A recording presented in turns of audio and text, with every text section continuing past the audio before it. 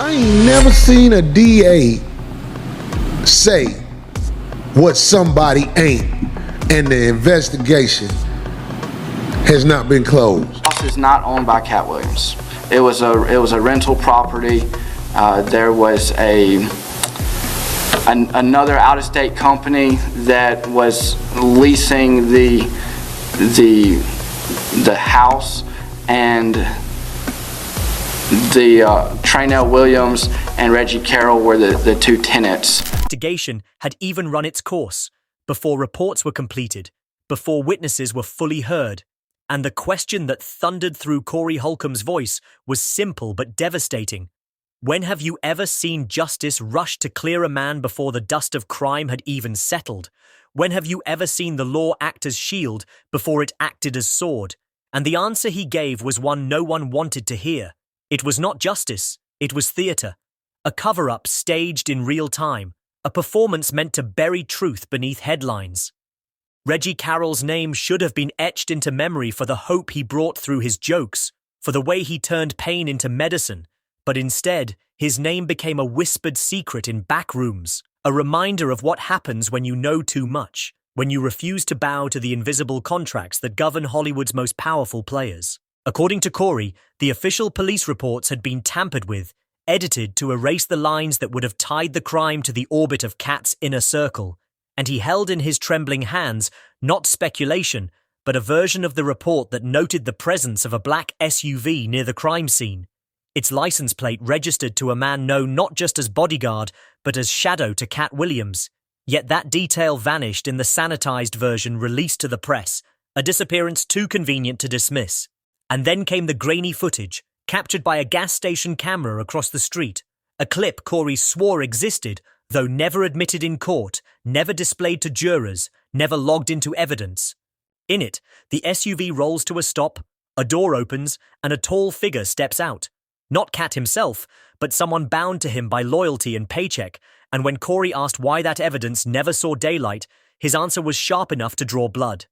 Because they needed Cat cleared fast. Because too many names, too many sponsors, too many executives, too many politicians had stakes in the survival of his image. The audience that listened didn't clap, didn't laugh, didn't move. They sat frozen as Corey's voice cracked not with comedy, but with grief, and he laid bare the weight of threats that Reggie's family had endured after his funeral. His sister confessed to him through tears that anonymous voices called their phones cold and sharp, warning them to stop asking questions or lose more than they already had, strangers lingering outside their home as silent messengers of fear, and for the family, silence was not choice, but survival. But Reggie himself, perhaps sensing that survival was slipping through his fingers, had already left behind words in a diary that Corey now read aloud, a sentence so devastating it silenced every screen it reached. If anything happens to me, just know it came from inside. These words did not sound like paranoia. They sounded like prophecy, like a man who had already accepted that his fate was sealed not by chance, but by betrayal, by the very system he thought he belonged to.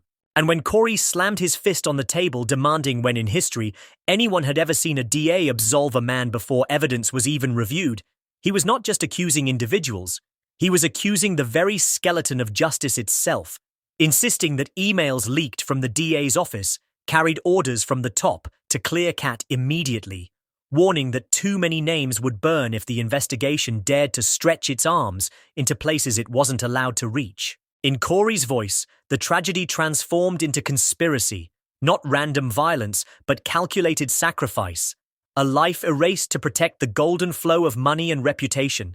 And his fury sharpened when he revealed that comedy clubs were exploiting Reggie's name for ticket sales without giving his family a dime, vultures fattening themselves on his corpse while the people who loved him remained silenced. He said they killed him twice, once with bullets and again with lies. And when the room fell into silence so deep it felt like mourning, Corey's eyes blazed not with performance. The storm that erupted in the aftermath of Corey's revelations was unlike anything the industry had seen, because within hours, the internet transformed into courtroom, graveyard, and battlefield all at once, hashtags multiplying, petitions gathering millions of signatures, protesters flooding the steps of the DA's office, demanding explanations for why a man was cleared before being investigated. And every frame of Corey's trembling hands and tear-streaked face became proof that this was no longer conspiracy, but testimony. No longer speculation, but indictment. And then came the video leak, the anonymous upload that spread from dark forums into the bloodstream of mainstream media within minutes.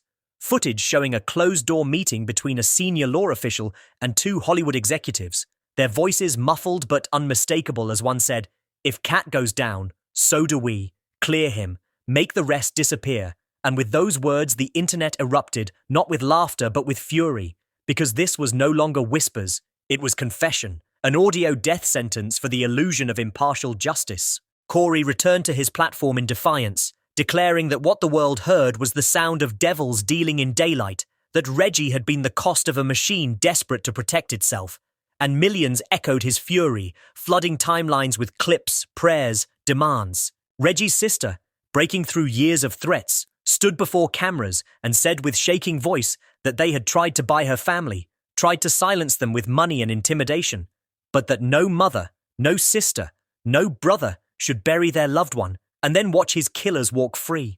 Her words shattering hearts worldwide, igniting solidarity across celebrities, fans, and strangers who refused to let Reggie's blood become forgotten ink in an edited report. Yet, with exposure came danger, and Corey admitted he now lived under shadow, cars parked outside his home, anonymous calls in the night, figures trailing him after shows, warnings delivered through silence. But he stared into the camera and promised that if he disappeared, it would not be accident, but murder, proof that truth had become too dangerous to let live. Then he dropped the final bombshell, the revelation of Reggie's missing phone, a device declared lost for weeks, suddenly placed into Corey's trembling hands by a terrified insider, and on it were voice notes, recordings of Reggie himself detailing the threats he faced, recounting meetings where he was told to choose between signing contracts or dying, his voice cracking as he whispered that they meant it, that his days were numbered, and one line burned itself into history. "They told me I had two choices, sign or die. I think they mean it." The internet froze, then exploded, because these were not second-hand claims, but Reggie's own voice speaking from beyond the grave, the dead refusing to stay silent.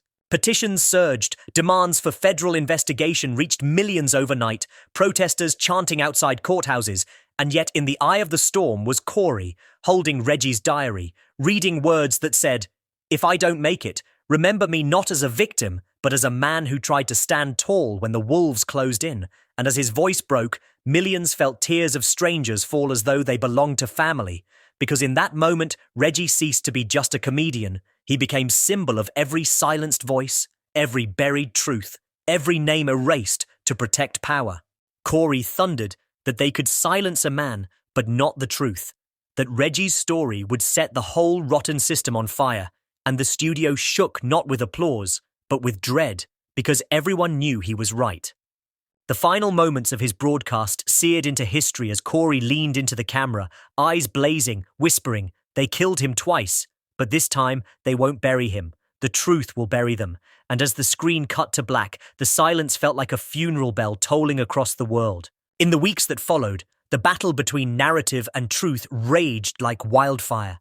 Mainstream outlets attempting to cage the story with words like unverified, speculation, hysteria. But the people were no longer buying the script written by corporations. They had seen too much, heard too much, and Reggie's own voice had torn through the veil. Corey's warnings spread like scripture. This wasn't just about Reggie. This was about every voice that had been buried, every dream stolen, every family threatened into obedience. And his words struck chords so deep that silence became impossible, because to look away now would mean complicity in the same silence that killed Reggie.